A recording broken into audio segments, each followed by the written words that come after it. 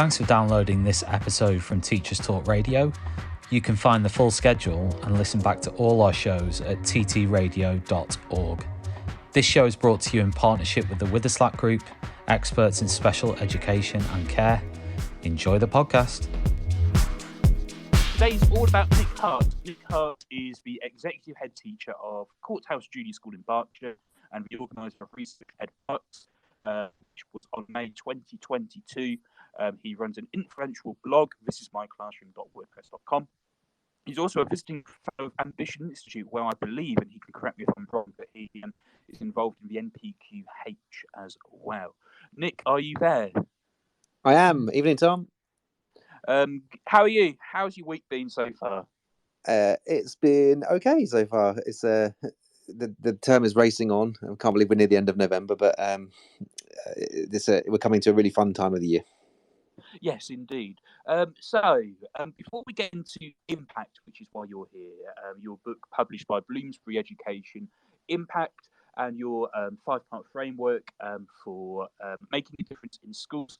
Just tell the listeners who you are. Okay, so I'm Nick. I'm an executive head teacher of 2 schools in Maidenhead in Berkshire, 1 infant school and 1 junior school. We about 600 children. We have about 600 children, and it's a brilliant job. On top of that, I write a blog. I work with Ambition to do NPQH facilitation, running some of the conferences and some of the clinics, I think that pretty much covers it. Mm-hmm. So let's talk about. You're here to talk about Impact. Your practical framework for improving academic and pastoral outcomes for pupils, helping them to thrive and succeed. Why did you write the book? Well, it was a few years ago. I think it was in the middle of the pandemic. I was writing, and I was putting some ideas down in a blog, and I'd actually had a couple of different book proposals with different publisher that I'd requested. Before this, it was kind of it was a little bit unclear to me how people ended up writing books. So I ended up submitting some proposals to a number of different publishers. But this particular one came through because I'd written a blog post about Impact and what I thought leaders need to know. And Bloomsbury got in touch one day and asked if I'd like to turn it into a book, turn the blog post into a book. And so I spent the next 6, 7, 8 months fleshing it out, perfecting it. And the result is something that I'm really proud of and really pleased to have kind of put together. Fantastic. So apart from obviously accepting your sort of idea, what support have Bloomsbury give you throughout the entire process? That was brilliant. So I had a couple of different people that I was in contact with. So they would give me some feedback on some of the drafts. They would draw up some diagrams and images of what I was trying to explain and kind of ask for my feedback on them. And even after the writing process, it's they're always looking for ways in which the ideas can be put out there a little bit wider and to share the message a little bit. I mean, Bloomsbury are really good to work with. Mm-hmm.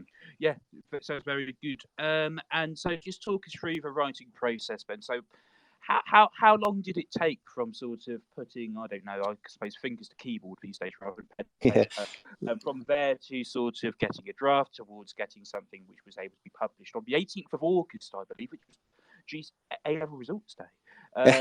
So how long did that process take, and sort of what were the big hurdles, obstacles in the way? I think it was probably about a year from starting it to it being published, and by starting it I mean actually starting to write. So it's longer than a year if you include the kind of the initial contact, the submission of the idea and that kind of thing. And it was a summer holiday project, really. So the vast majority, the bulk of what I wrote was the summer holiday of 2021, I think. So I'd write a lot, and I learned. So one of the most interesting things about this is that the reason I write blog posts, the reason for books is so that I can clarify what I think, and therefore be better at the job. I think that's for me that's the biggest reason for writing anything, because it helps me to clarify ideas to an extent which I can use it in the day job. And I think one of the most interesting things I found about writing was that you're always kind of searching for the clearest, most succinct, or the perfect way of saying something. And people always talk about things like writer's block. And so I did a lot of reading about how to write as well, which is really interesting.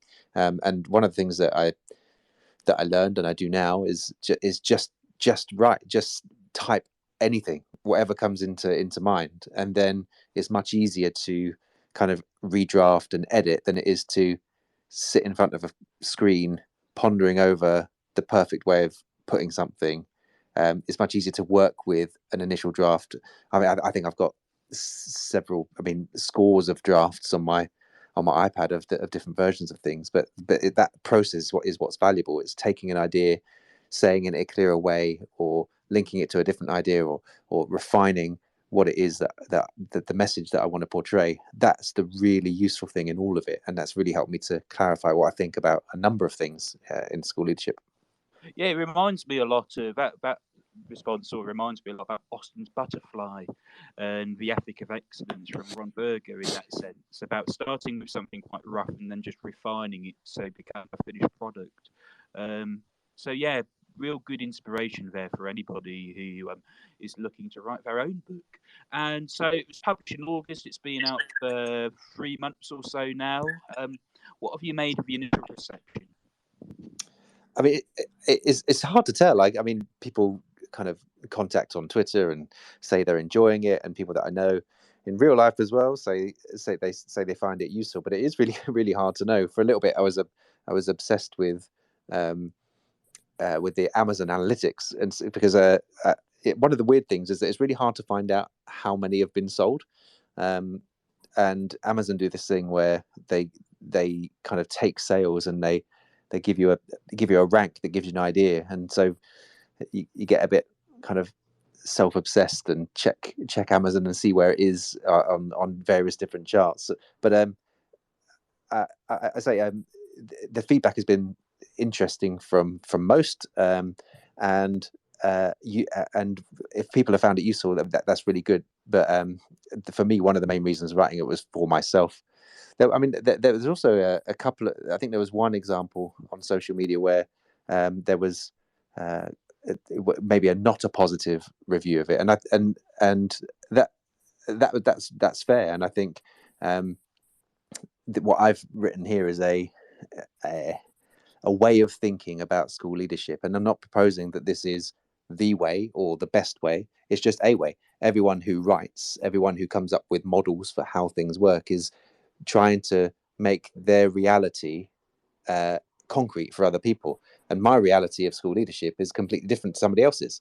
There is no one unifying model of school leadership. There are lots around in education, and our job as discerning leaders is to look at different models, to assimilate the things we like about them into our own understanding, and to reject other bits that we don't agree with. And so I'm definitely not claiming this to be a definitive model of school leadership, but if it helps anyone to refine their own thinking, then that's wonderful.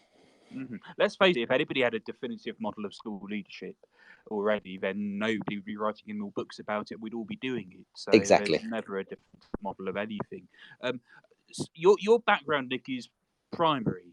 Yes. And one of the things which I like about the book is I think it's pretty applicable not just to primary but to secondary schools and to all through schools and models of leadership. But because you talk a lot in your book, and we're going to come on to this, about impact domains and the importance of domain-specific knowledge. When it comes to sort of having an impact in school leadership, whether that's as a middle leader or a senior leader, what do you consider to be sort of the biggest differences between leadership in a primary setting compared to leadership in a secondary setting? That's a really hard question to ask, because obviously nearly all of my experiences in a primary setting, so I have a very small frame of reference for secondary education. But having worked with a local secondary school when they were being founded, and it is an independent school that was founded a couple of years ago, and now joining a secondary school as a governor near where I live. I think that the reason for choosing these domains was that they are applicable across across different age ranges and across different phases and types of school, but that's that feels quite generic, and I think school leadership is anything but generic. And what this model provides, I think, is a way of thinking that can be combined with the specific knowledge that leaders will have based on their unique circumstances, whether that is a secondary school, a primary school, an independent school, um, a, a school abroad. What this framework gives is a kind of, I think, is several anchoring concepts on which to organize what leaders might bring to the table themselves in terms of the knowledge they have of their schools. So I hope I mean, it was written, it was challenged by the publishers to make sure it was applicable to leaders in different domains, and I think that what I've tried to do is strike a balance between the generalizations of the 5 impact domains, but give examples of primary leadership. Indeed. Well, so when we look at your example scenarios, for example, that you use in the book, you've got an example of a middle leader who we track throughout the entire book, and senior leader who we track throughout the whole book. And one of whom is looking at the fluency of calculation for the least advantaged in year 3 and year 4, and the senior leader who's improving reading attainment in Key Stage 2, where phonological knowledge and awareness is not a barrier. So was it a very deliberate decision for you to choose those example scenarios from a Key Stage 2 perspective, or did you sort of grapple with looking at a range of other examples? So a reason for the reading one is experience that so many school leaders are grappling with this idea at the moment. I mean, early reading in reception and Key Stage 1 has been very much systemized over the last few years with the DFE's expectation that schools have a validated phonics program, and so there's the systems and the structures in place for early reading in most schools now, whether you agree with them or not, or whether they're applied well or not. There's a lot of work done to build the collective understanding of the teaching of early reading. But one of the things that lots of leaders I speak to find difficult is when children can actually read, when they know their sounds and they're fluent in reading, how they still continue to get better. And that's typically across Key Stage 2, where it's not enough, in my opinion, to do, say, the old-fashioned, say, guided reading, or it's not enough to give children something to read, then they answer questions about it. And so the example that I use throughout the book is, I think, is an antidote to that typical reading diet that Key Stage 2 children get, which is, here's an extract from a book or from a teacher website, and here are some questions about it, read the text, answer the questions. Because I don't think that's teaching. I think that's testing whether children can read and understand a text. It's not deliberately teaching the things that make a difference to children's reading, things like background knowledge, or things like deliberate instruction of vocabulary, or deliberately teaching children that the underlying patterns of stories. They're the things that help to build children's kind of wider general knowledge, which is beneficial, which is crucial to developing their understanding of reading. And when it comes to the maths example, that again, it was a question that comes up all the time in my work in our local authority. I kind of work with schools and school leaders on developing what they're doing, and provide some training for head teachers and other senior leaders. And this comes up a lot. And so what I wanted to do was kind of give some examples that felt relevant at the time for what a lot of leaders were paying attention to. Yeah, no, fascinating. I mean, the question about how we improve reading attainment is a whole other show, I think. Yeah. It's quite a vast domain, certainly. And somebody at the moment, midway through and one of the new NPQLLs, and leading a literacy strategy at the moment. It's very vast, it's very broad, and certainly reading Impact gave me lots of really good ideas in terms of sort of those leadership behaviours in terms of driving change. Reading attainment and improving that is it's a whole other show, I think. Now, some people will be looking at this show and looking at Impact, and they might not be a middle leader yet. They might be aspiring to become a middle leader, and they may have some areas of responsibility in their current practice, but they might not be quite fully in that sort of, from a secondary perspective, perhaps a head of year or a head of faculty or a head of area or something. What's your message to them in terms of why Impact will help them as an aspiring middle leader? If I think back to my own experience of moving from class teaching to middle leadership to senior leadership, some of that experience was figuring it out when you've got the job.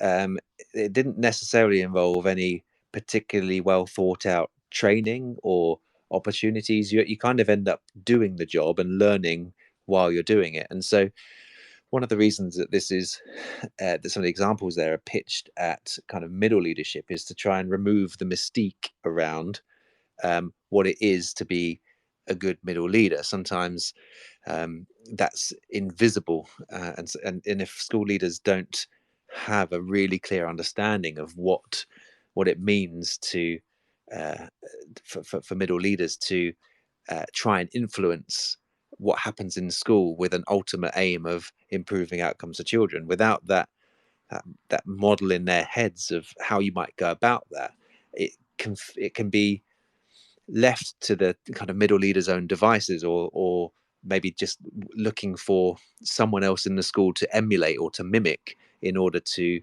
kind of find the way. And if you work in a school where there's really good middle leaders, you've got really good models to follow. That's great. If you work in a school with really good senior leaders, then you've got models to follow, which is great. And but some people work in schools where middle and senior leadership isn't a good model to follow, and so therefore I think that providing a framework or a way of thinking and an example that follows through and takes the reader on a journey of what a middle leader might do in that situation, I think can be a useful way of making what is sometimes invisible more concrete. And if we got any aspiring middle leaders, just like anyone learns anything, you need to see a worked example in order to understand what's expected. Just like we do with children, we need to show them a complete version and the steps along the way. The same thing applies for anybody learning anything, and in this case, middle leaders learning how to lead a small area in school. Really interesting. So just touching on something you said, how does somebody know that the middle leaders in their setting are not as effective models to follow as they could be? Somebody who's aspiring to that level. Well, I think that's another massive question. That could be another radio show. So, how does a leader know that there are good models to follow? So, I like anything, a school leader needs to have a good idea in their head of what good looks like, about what effective middle leaders do. And for me, I think effective middle leaders, let's say we've got let's say we're talking subject leaders, really good subject leaders know their subject inside out. The very first thing that I expect of a subject leader is to make sure that they know their curriculum inside out. It reminds me of a story of when I first started at Courthouse a number of years ago, and there was a lot of work that needed doing in every subject, and we had newly appointed middle leaders, TLR post holders for reading, for writing, for maths particularly, whose job it was to contribute to raising the standards in those subjects. But when you're when you first take on a role like that as a reading, writing, or math subject leader, it can be really tempting to jump straight in the deep end, to get your clipboard out and to go and look around classrooms and to make pass judgment and to give feedback on how things are happening. But the way we worked back then was that because these leaders were new to role, were stepping up for the first time into middle leadership, we needed to make sure that they were credible, that they were credible sources of advice. And so the very first thing that I asked those subject leaders to do was forget everything else except just make sure that you know the subject, you know your curriculum inside out. What does year 3 learn, in what order? What does year 4 learn, and in what order? What does year 5 and year 6 learn, and in what order? What are the specific misconceptions that might come up in the common topics? What exactly does good teaching look like in each subject? And we spent a lot of time with those subject leaders individually to build their own knowledge, read about the subject, join the subject associations, go and see other schools where a subject is maybe more established. And for a long time, for a few months even, their job was just to build their knowledge, to become an expert in that subject as quickly as possible, because I told them that there's going to come a time where you're going to have to advise colleagues, and you can't advise from a position of ignorance. The expertise is necessary for advising colleagues and helping colleagues and to develop their teaching. And so that was the very first step. The next bit was all about being helpful, being supportive. Nobody wants a brand new middle leader to be wandering around their classroom and making judgments on how things are going. So the next remit is, once you know your subject really, really well, we need to find ways of helping everybody. Can we signpost people to particular strategies? Can you invite people into your classroom to show what great teaching looks like? So we did very much a supportive, rather than a supportive movement before there was any kind of quality assurance or learning walk or lesson observation, because people needed to develop credibility in the eyes of their colleagues before they were put in a position of needing to give other colleagues feedback on how to improve what they were doing. No, I quite like what you said, where you said you can't advise from a position of ignorance. That's quite a good quote there. I quite like that. And also, yeah, you mentioned something which is what I gather to be one of the ongoing themes of Impact, which is this idea of not rushing in to make snap judgments, and actually building your knowledge and building your domain-specific knowledge and your mental models before you actually start to move into evaluation of the particular domains. Now, I'm going to delve in now to the impact domains that you identified, the 5. But before we do that, I just want to bring you some lovely news from one of our sponsors. This show is brought to you in partnership with John Catt Educational, a leading publisher of books, directories, educational guides, and magazines specifically aimed at forward-thinking schools in the UK and beyond. Have you checked out their latest releases? Don't miss out. Visit johncattbookshop.com to explore their full range of titles and advance your own professional development today. The impact domains. You've got 5. You've chosen climate, systems and processes, colleagues' knowledge, colleagues' behaviours, and outcomes for children. Now, it's a framework. It's not a Bible. And was it difficult to come up with these 5 particular domains, or had you had a very clear idea of this is roughly where you were going for an organisational framework?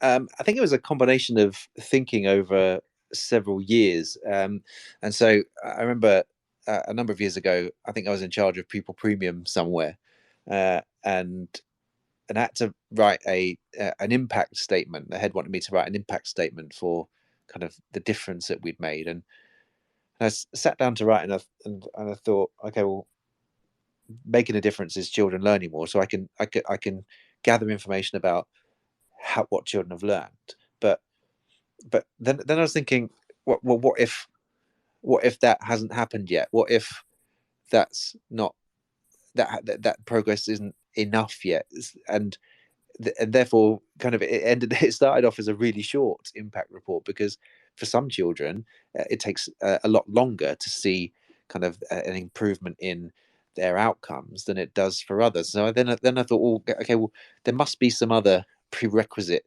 improvements that need to happen before those outcomes for children are seen. And I started gathering ideas about, okay, well, what is it? So children can't learn more unless the adults do something better, unless they do something that they weren't doing before, or they're more efficient with what they were doing before, or they're more responsive in what they do. So that's where the colleagues' behavior came from. And then I got to thinking, well, how do they change? What is necessary for people to change their behavior? And that's where the colleagues' knowledge came in. And so I'd started off with this this really simple model of how you make a difference in school, which is, first of all, the adults need to develop their expertise, develop their knowledge, whether it's subject knowledge or whether it's knowledge of children, whatever, and then that will enable them to kind of change their actions or improve their actions, and those improved actions hopefully will end up in children learning more. So I started off with this rather simple linear model of how we might kind of make a difference in schools, and then added. So then, because we're talking about individuals, I thought, well, okay, so but school is more than individual adults, and maybe you can have an impact by creating a system that wasn't there before, making something systematic that was patchy before. So that's where the systems and processes bit came in, and then I considered that there must be more to it than that. There must be more. What about the adults and how they feel? And because I remember at the time there was a few people unhappy with working in the school. A few people wanted to move on. A few people were happy, and that intrigued me as to why some were really happy with their jobs and motivated, and some weren't. And so I then thought, okay, there must surely we can make a difference to how people feel at work as well. And so that kind of ended up as part of it. And the original model then had this linear sequence of, if you teach, if you develop adults and they know more, that's great. That's a first layer of impact. And then they might do something different, which is great. That's a second layer of impact. And if enough people do that, then that becomes systematic, which is great. That's a third layer of impact. And if they're really feeling really successful, then the climate can change, and then ultimately the outcomes of children change. But I realized kind of a little while later that school isn't that simple. School doesn't have a simple cause and effect. There's not like a chain reaction that I described there. That chain reaction was not representative of reality. And I came across lots of people writing about complexity in schools, and then kind of changed the model around a little bit to demonstrate that each of those domains influences the other in many different ways. But I think we'll come on to complexity a little later. Yeah, absolutely. It does seem to me that you know, changing, driving change in schools and school leadership, it's much easier said than done. And it's a very clear model here, and it's very clear really that climate comes first, and that climate is one that is driving all of the other domains. Would I be right in saying that? Yeah, do you know what? When it's interesting you say that, because when I submitted the draft to Bloomsbury, the order of the chapters was different. The order of the chapters I put I think I put outcomes for children first, because that was the ultimate difference that we're trying to make. And some of the feedback I got from some people that read the early drafts and the publishers, what was overwhelming in that climate should be first. And I took that on board, and I think it's a worthy first chapter, because it kind of this was the impact domain that made me think, yes, it's not a simple cause and effect relationship, because all of the domains influence how people feel, and how people feel influences all the other domains. And so that was a huge reason for kind of starting the book with this idea about making a difference to the climate in school, because I think particularly at a time where workload everyone reports high workload and low well-being and stress and that kind of thing. I think it's one of the things that leaders need to pay attention to first and foremost. Yeah, no, really clear there. And it's interesting that you put the outcomes first. From my reading of the book, ultimately, outcomes coming last was probably the wisest thing to do, because before impact domains that you do before ultimately, help drive the outcomes. And certainly that sort of newer organisation with the outcomes coming last, was that at all influenced by Ofsted and the EIF and intent implementation and impact at the end in terms of student outcomes? No, nothing to do with Ofsted and that kind of thing. I think it's important for leaders to know in as much detail the standards that we're held to. It's important to know the framework that of inspection, because it's for many school leaders, it's make or break for careers. You have to know it inside out, because this is how we're judged. But certainly, I don't think that framework should drive any other aspect of school, and it's certainly not a kind of an influence on the order of the chapters here, and just like it shouldn't be an influence on kind of school improvement generally. Teachers need a better mental model of how to improve schools than simply meeting the good criteria in the Ofsted framework. It's helpful, it really can be helpful if we think about it in the right way, but if the Ofsted framework and everything else is the sole driver of how we think about school improvement, then our schools are going to be poorer for it. Mm-hmm.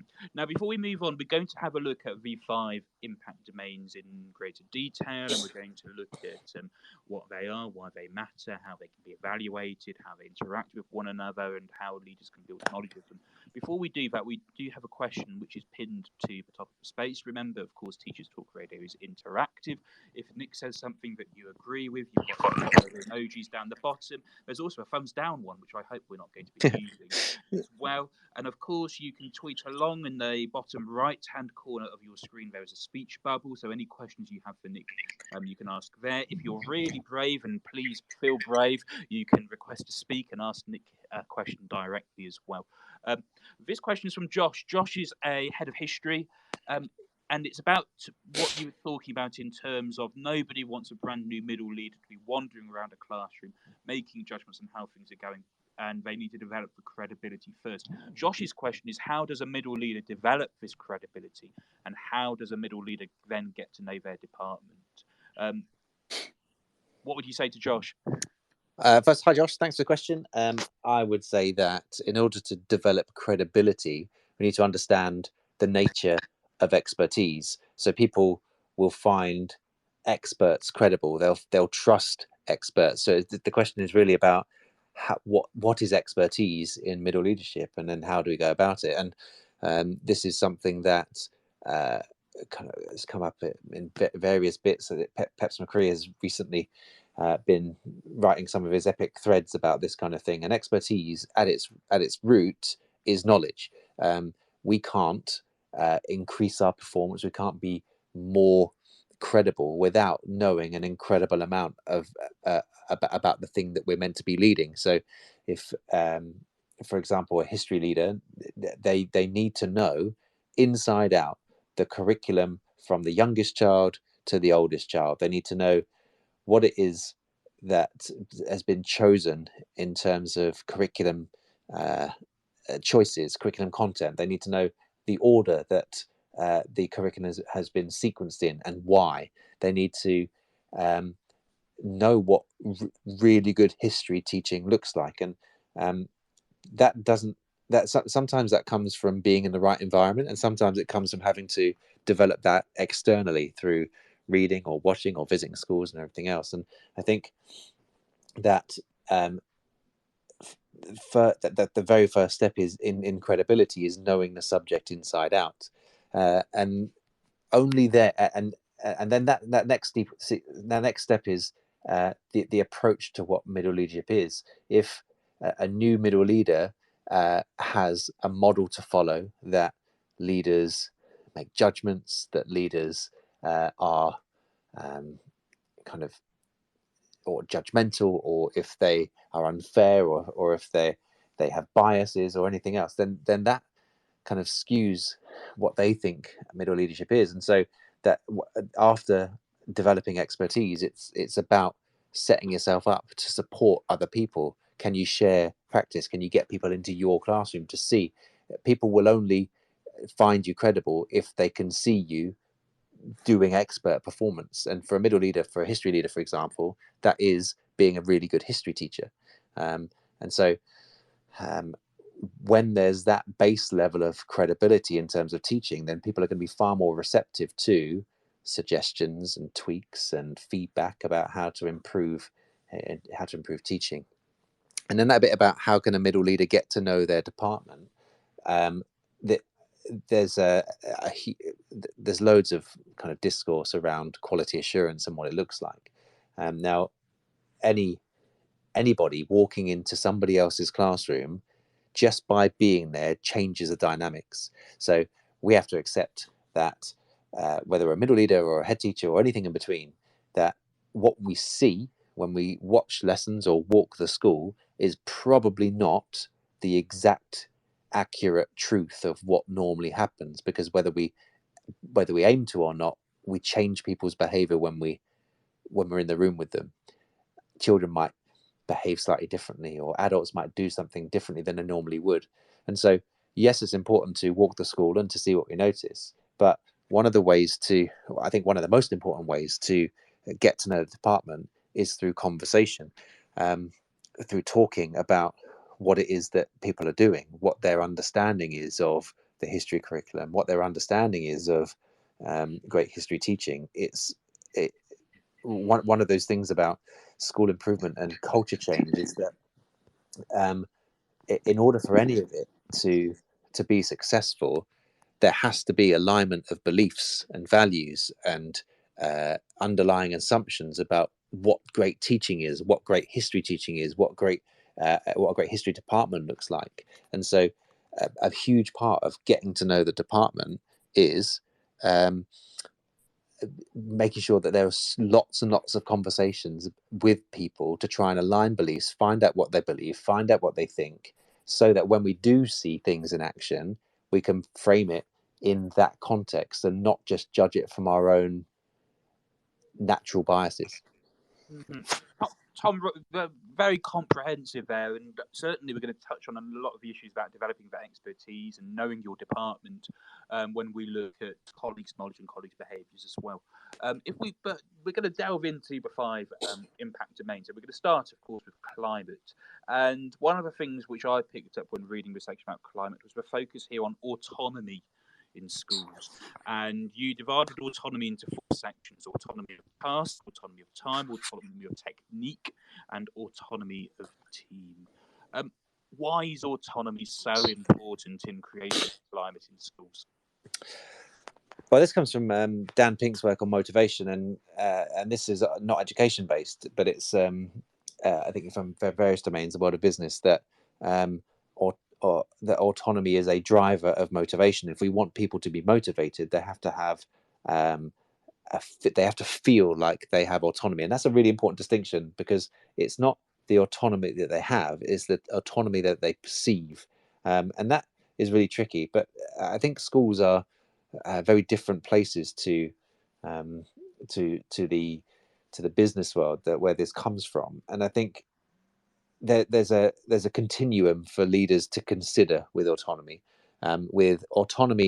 full autonomy of teachers choosing exactly what they do, how they do it, when they do it, at one end of the continuum, and at the other end is standardization, where they don't really get to choose anything.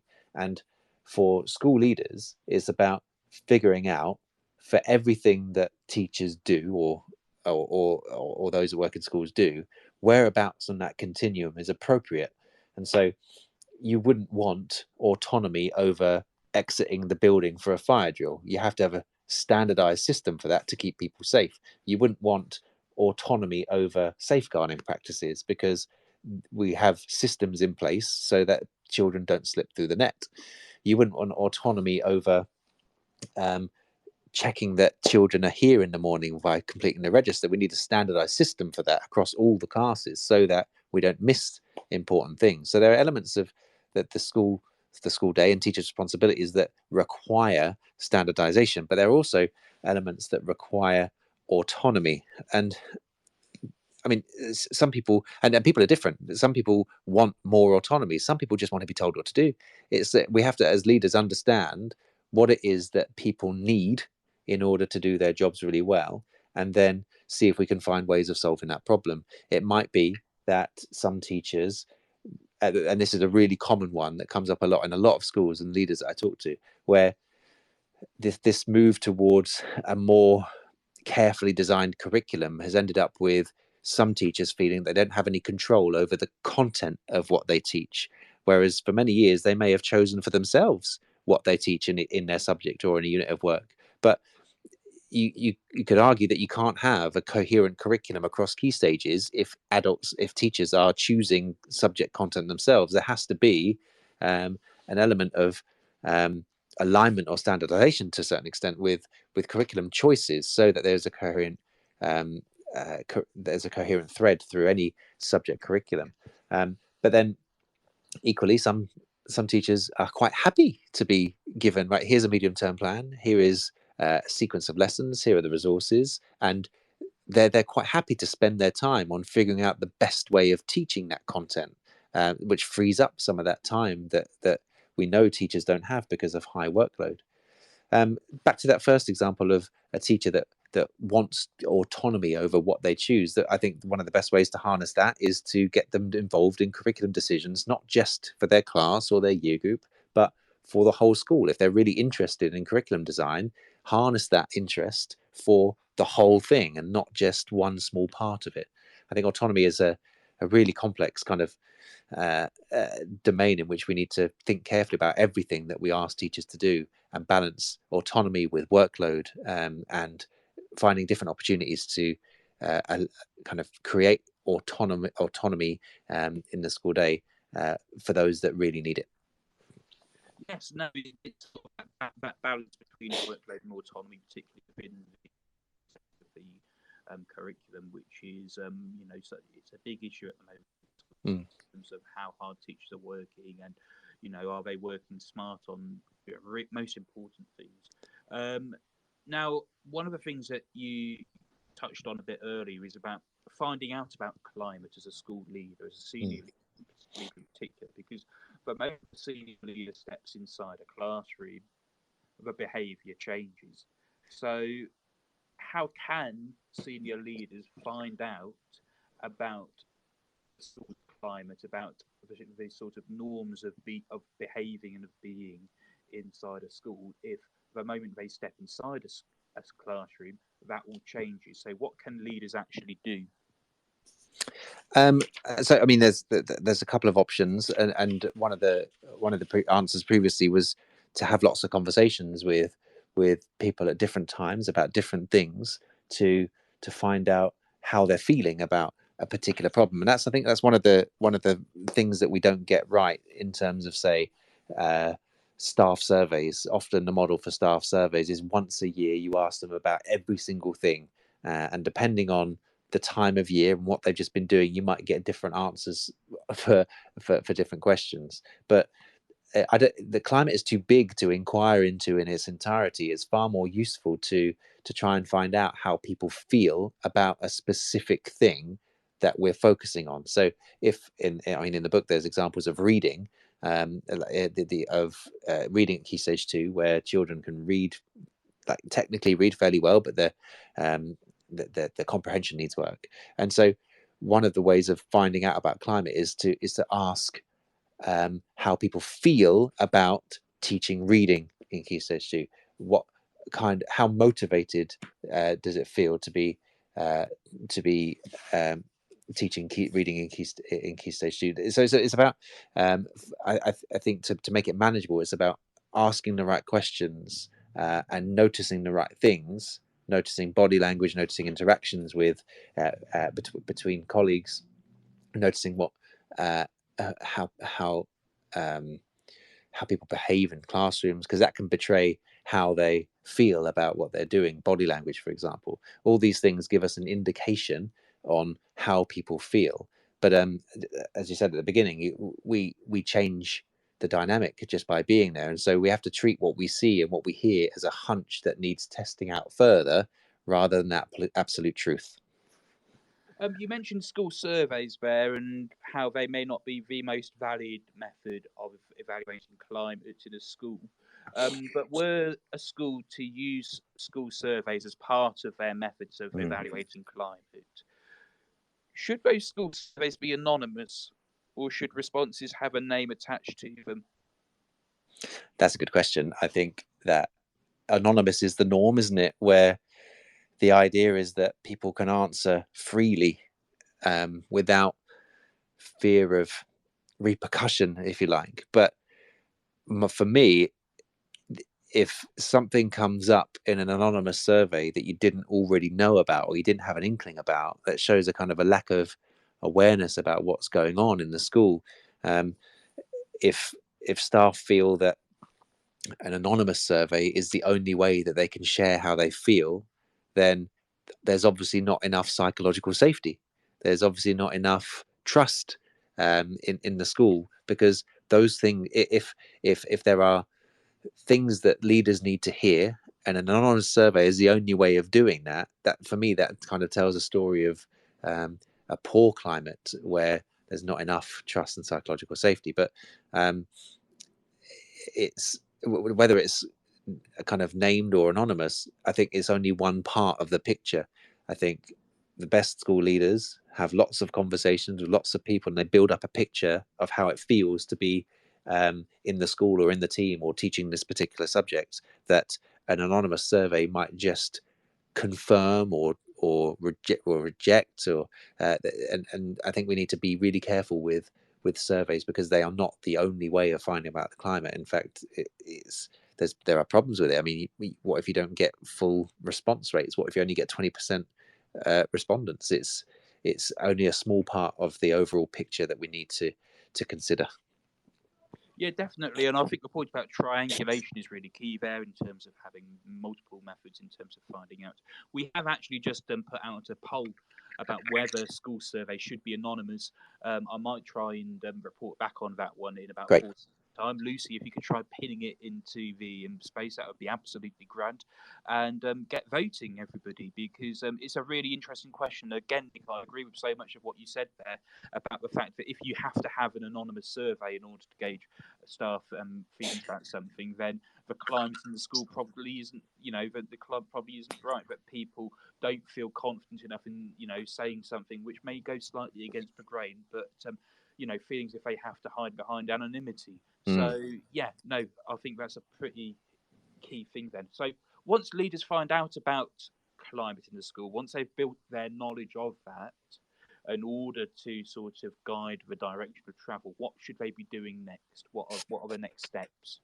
So with anything, it's there's no point gathering information unless we act on it. And so the acting on how people are feeling about a particular thing, essentially what I'm advocating here is that we try and influence all the other impact domains. If we know that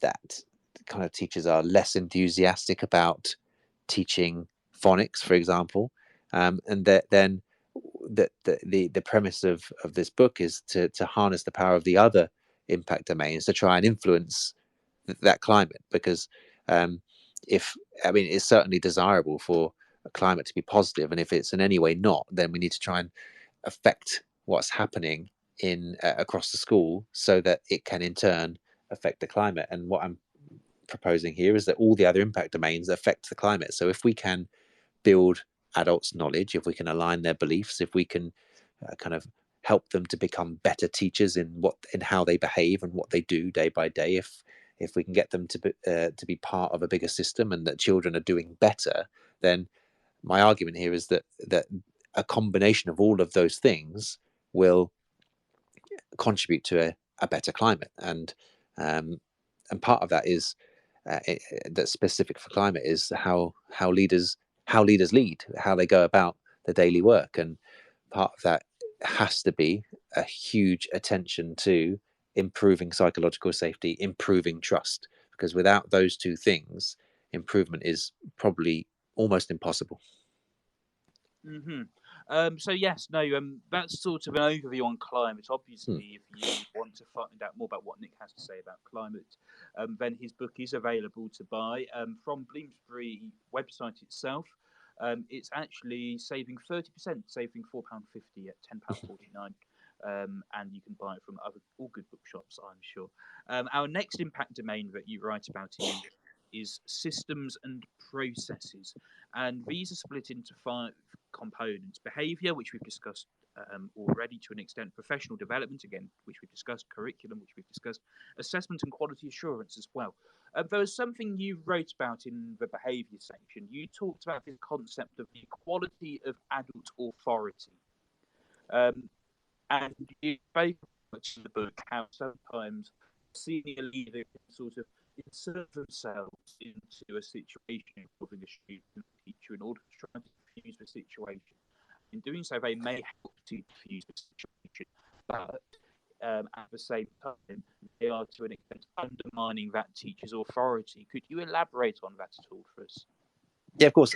So I think Tom Bennett spoke about this or wrote about this originally a while ago, where he talked about how any school is actually at least 2 different schools. You've got the school that the experienced senior staff work in, and you've got the school that the inexperienced or the perceived lower status staff work in. And often children who present the most challenging behavior present that for those they perceive to be of lower status, and often that is teaching assistants, lunchtime controllers, supply teachers, and if we're going to have a truly calm and purposeful environment in the school, then the children need to see the adults as one, with the same expectations, with the same authority, with the same care, with the same love, with the same expectation of how they behave, and sometimes we undermine it by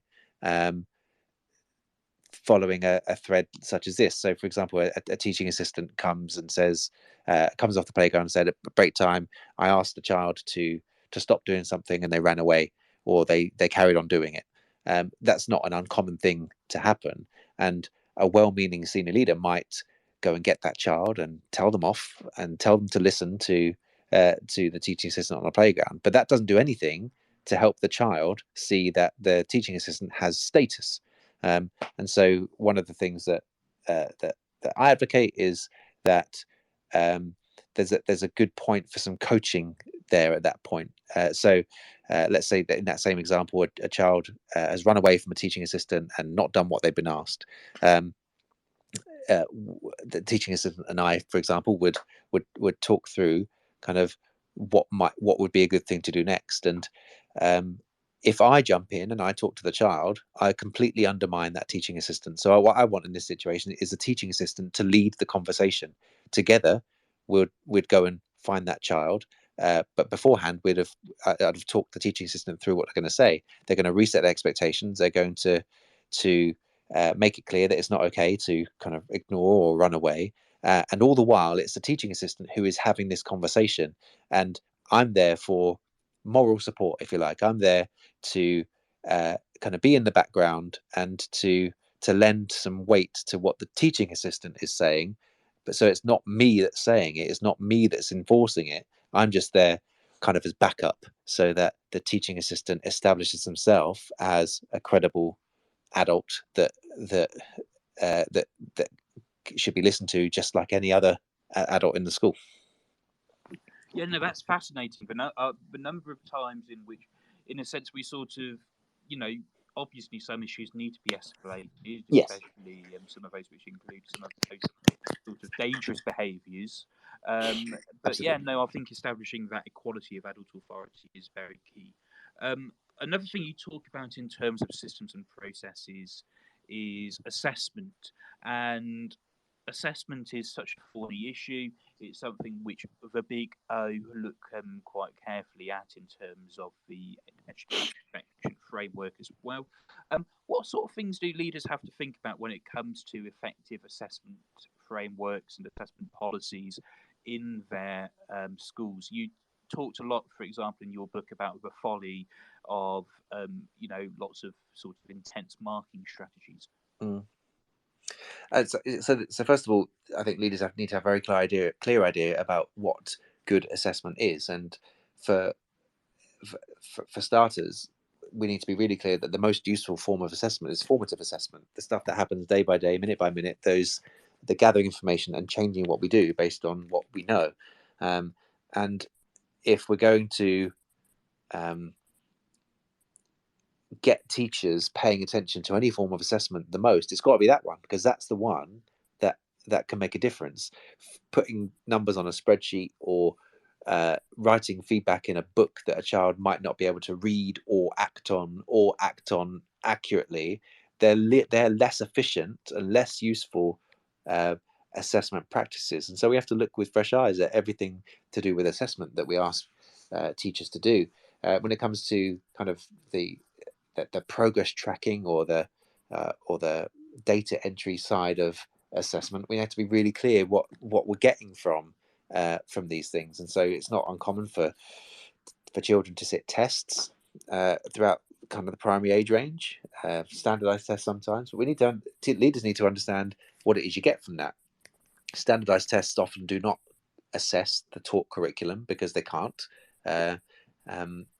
Every school's curriculum is slightly different, and so you're not going to get an assessment suite off the peg that gives you standardized scores that fits what you've actually taught them. And so if we're going to do standardized tests, we can't pretend that it's assessing what we've taught them. What it does give us is a standardized score for every child that gives an indication of how those children are doing compared to other children nationally. And therefore, if that's what we get out of it, we shouldn't ask teachers to spend ages and ages and ages photocopying, marking, doing question level analysis of these things when they're not the things that have been taught.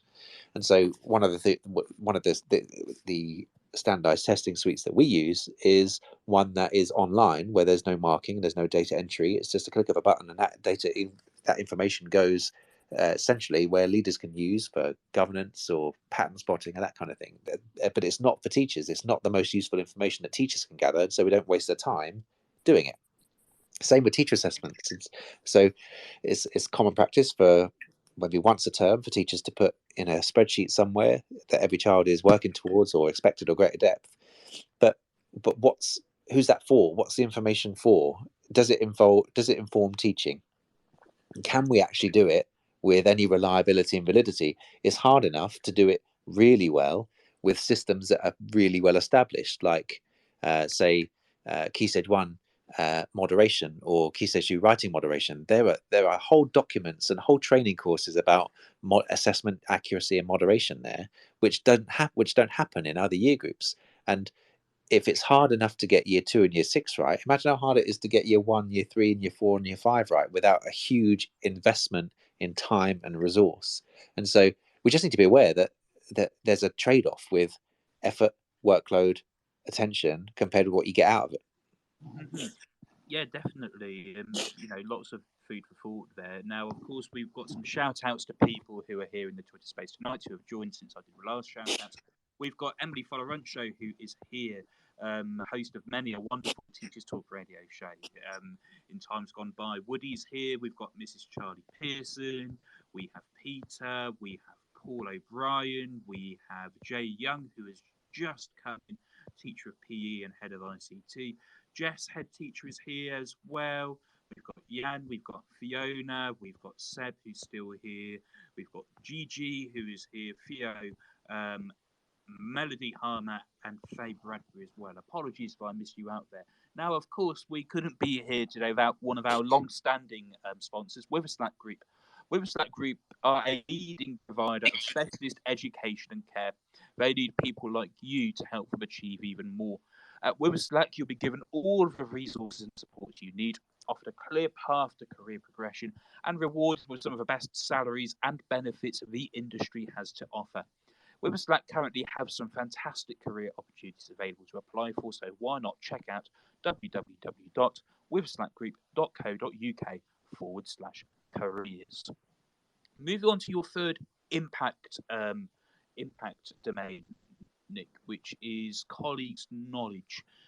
Now, you split colleagues' knowledge into formal knowledge and hidden knowledge, but there's this key thing about ensuring that teachers understand how children learn.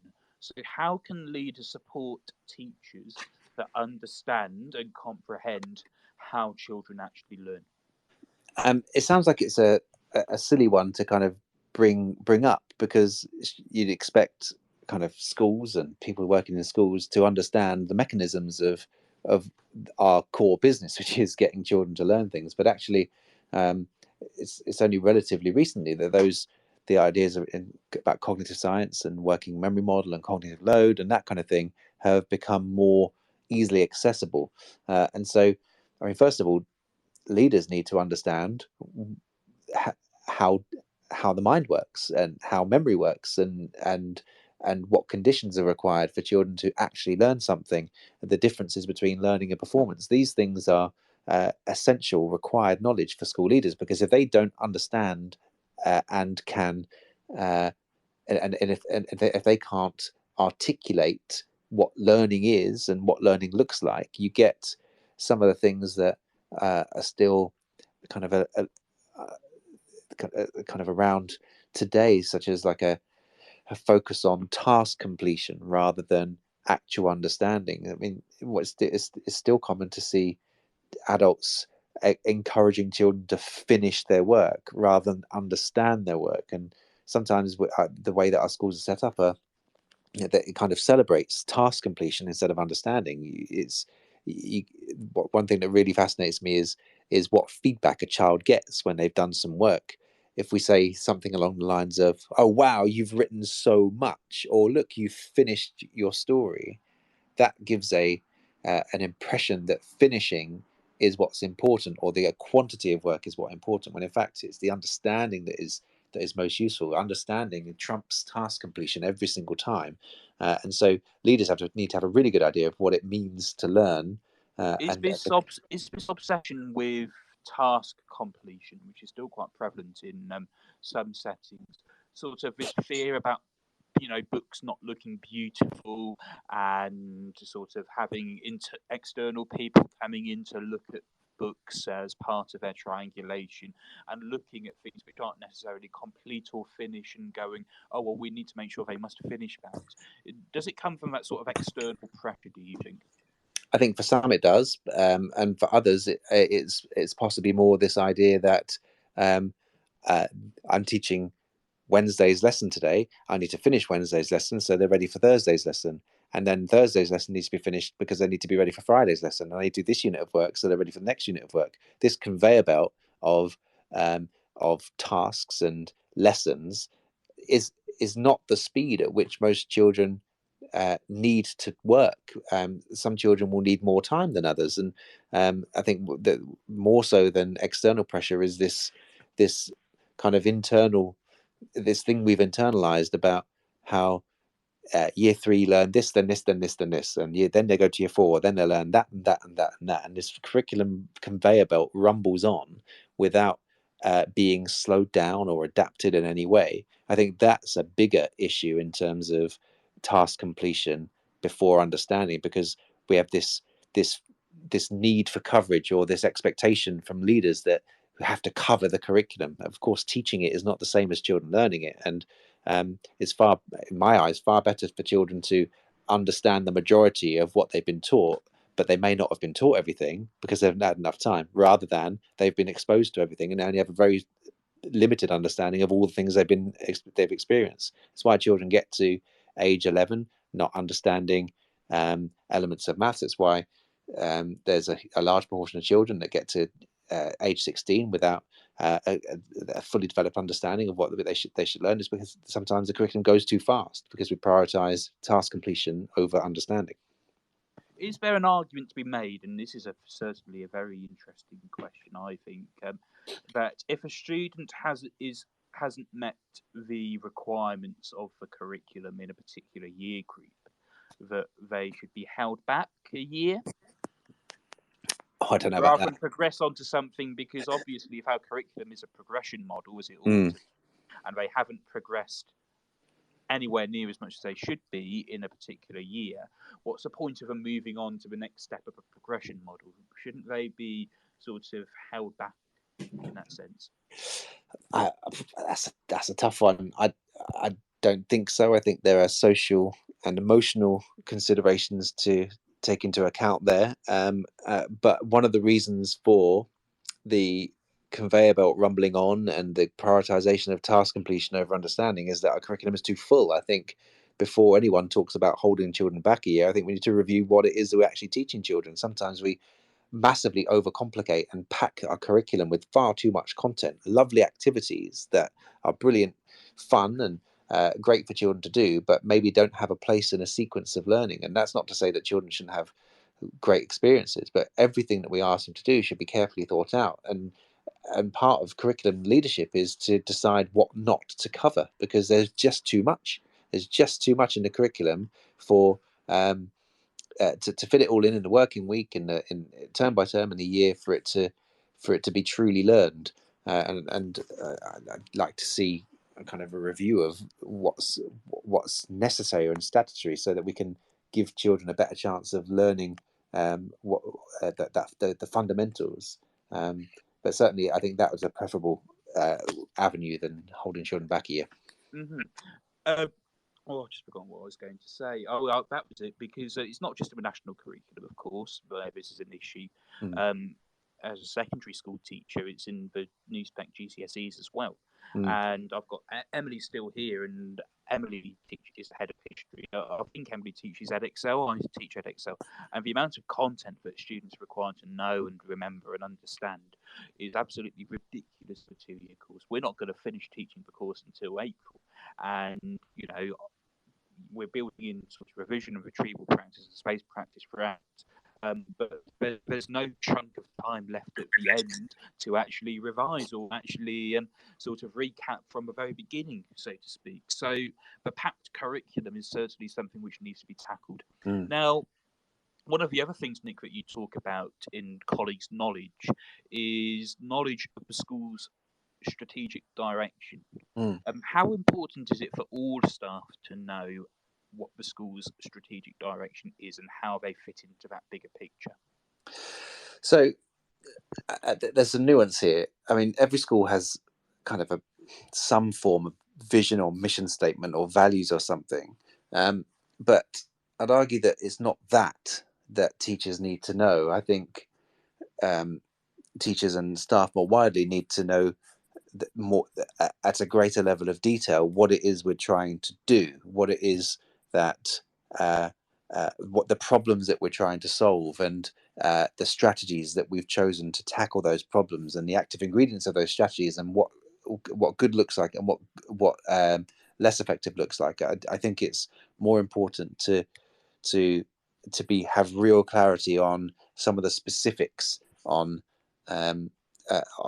what we've chosen to do and why, rather than some of the airy abstractions that often come up in kind of schools' mission statements and value statements. That's not to say values aren't important.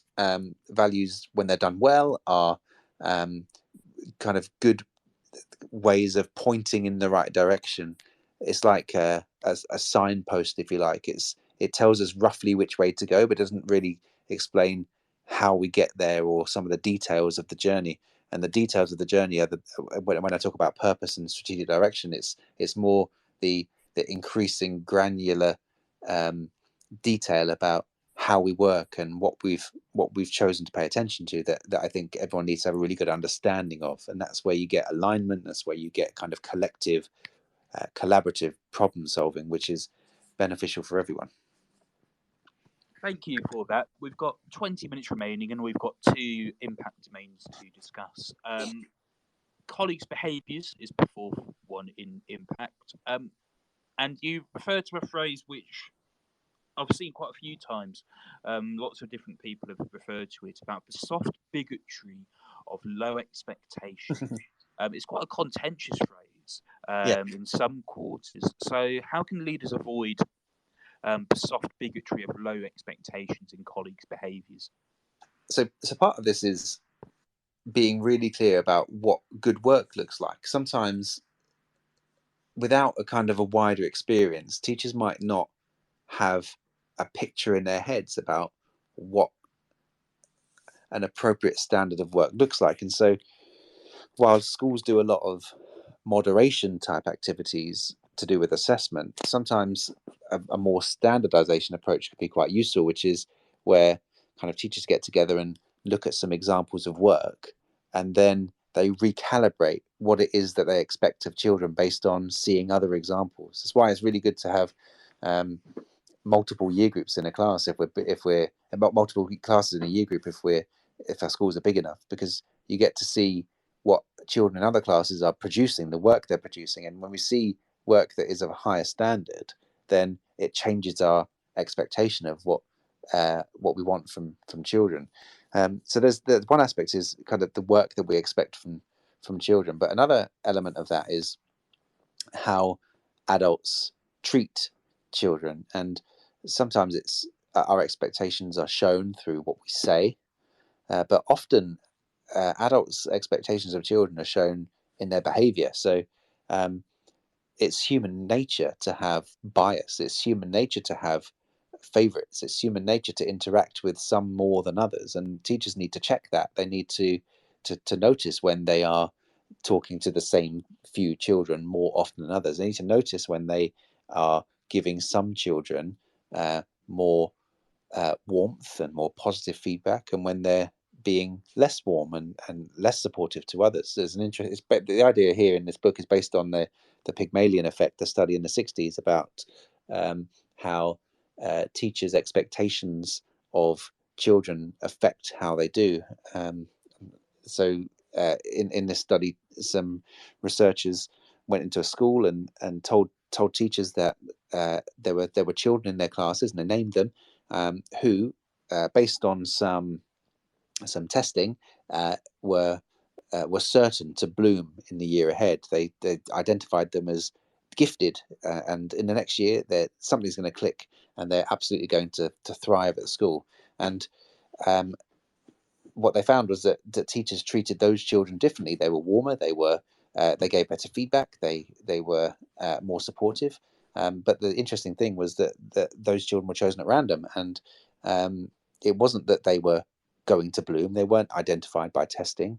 It's just that teachers thought they were going to do better, and because they thought they were going to do better, they treated them in a different way, which resulted in them doing better. Now, there are some criticisms of that study. There's some limitations of it, but it's worth thinking about if how we act towards children, particularly to do with different protected characteristics, and we negatively affect some children, then that's something that we need to identify and correct, because that's, as teachers, that's something that we should be aware of and avoid.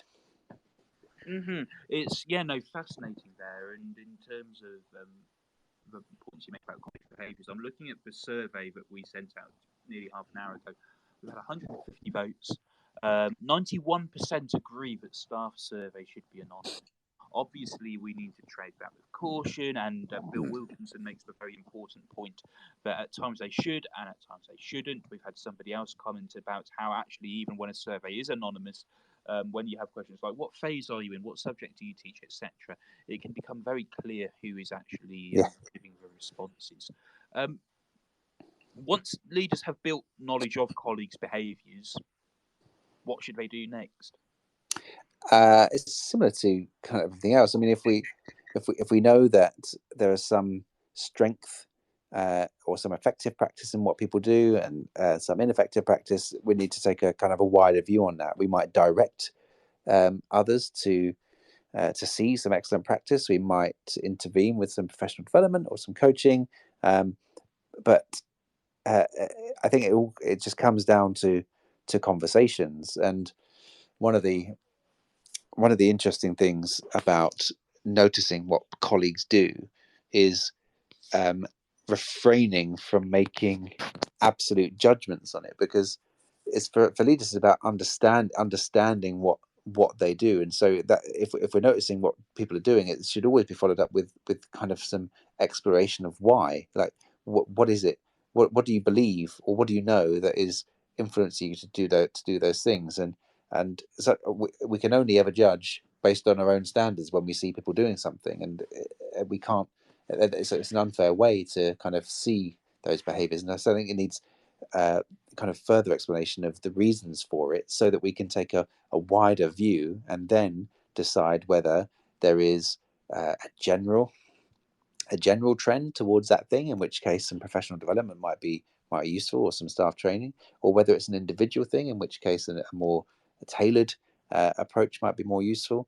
We need to kind of, if we, let's say for example, we're walking to school and we see practice that we're not quite sure is the most effective. Maybe we're just judging that on our own standards, and maybe it is effective.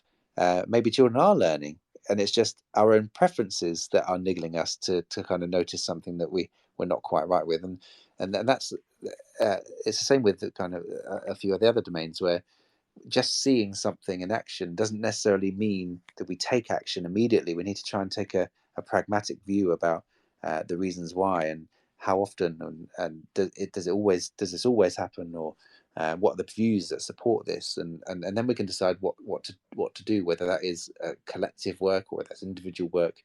It's a bit of a minefield.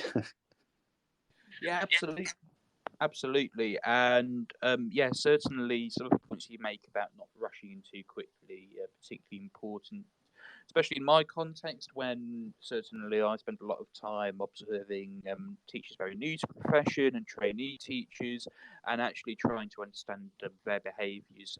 It's not a simple task. Your final impact domain, Nick, is outcomes. Now, you make it very, very clear in this chapter that it's not just statutory assessment that matters when it comes to outcomes. So, what does matter? I mean, so academic outcomes are probably the most visible, but we have to understand that those academic outcomes are absolutely prerequisite. So an absolute prerequisite of those is how children feel. If children feel like they belong, if children feel motivated, if they enjoy what they're doing, if they experience success, if they have good friendships, if they've got good relationships with adults, those are all outcomes for children that have to be in place for children to flourish academically. And if we take a too narrow a view of what outcomes for children are, then we lose all of that, all the social and the emotional and the artistic and the physical side of outcomes for children, and children are poorer result, and schools are poorer as a result. It's an understanding of what children need, and children need an awful lot in order to meet the demands of the school curriculum. Indeed, and you talked about sort of more holistic and wide-ranging view is very important. Now, there's an interesting quote in this chapter from you, which is, you write, "Just because there are 6 half terms in a year, it does not mean that there should be 6 rounds of assessment." Now, in terms of sort of internal school assessment, obviously it's very formative and to an extent summative, but why basically why is it that just because there are 6 half terms in a year, it does not mean that there should be 6 rounds of assessment? Surely for school leaders, some sort of standardized system around assessment where subjects, certainly in a secondary setting, are assessing at roughly the same time is a really useful framework. What would your response be to that? So school is littered with the wrong units of time. So we measure time in years or terms or half terms or weeks or lessons, and that learning doesn't work like that. Learning doesn't. There aren't end points. So often we have units of work that fit with terms, but why? Why can't a unit of work go past a half term or over 2 terms? Why can't a unit of work be just a couple of weeks long? It depends on what it is that children that we're intending on children to learn, and I think a unit of work should be as long as it needs to be in order for children to experience the richness of the curriculum that's been planned. And yeah, it makes sense to kind of have some sort of structure across a school year, but it depends. If back to that assessment point, it depends what the assessment's for. Like what information are we gathering? So Dylan Wiliam talks about two approaches for assessment. One is where you collect the data and then you decide what you're going to do with it afterwards, and the other is you decide what you need to know and then you collect information that helps you to make a decision. And too often we collect loads and loads of data and then decide what to do with it afterwards, if anything at all, rather than figuring out what decision do we need to make, what do we need to know about, and then collect information to solve that problem. So it comes down, the assessment example comes down to like, what are you going to do with it? What are you going to do anything useful with that information? Is it going to change what teachers do? Is it going to improve learning? And if it is, great, but not. It shouldn't just be because of the way the school year is designed and has been designed for decades. Mm-hmm. Thank you very much for that. I've got one more question, but in order to ask this question, I'm actually going to need Nathan to call in. So Nathan, if you're listening, please do call in just for the last 5 minutes or so. Somewhere pinned amongst the tweets here, we have a tweet all about getting. It's the first one actually about the fact that we are recruiting for new hosts. If you've enjoyed the conversation tonight, whether you've been listening live or listening back, on Spotify, on Apple Podcasts, on our website, we have spaces left to host. They are disappearing quite quickly. We are recruiting new hosts, but we've got a few slots left. So if you're interested in hosting on Teachers Talk Radio, then why not drop us a DM and we will send you a hosts pack. We'll be joining a fantastic collegiate community, wonderful groups of teachers and educators, and you get to talk about things you are really passionate about. Now, Nathan, thank you for calling in at the very last moment. You have absolutely no idea what's going to happen. My question for Nick is the following. Nathan and I occasionally co-host a Teachers Talk radio show called Staff Room 101.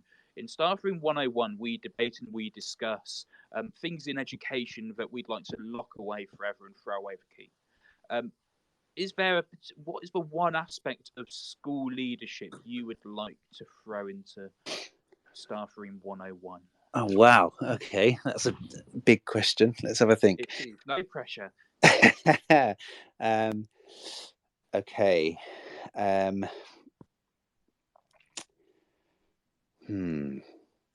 I think so one thing, something in school leadership that needs to go. Okay, so something that I see that's quite common that I think kind of doesn't really have a place. It's kind of happened a little bit today, is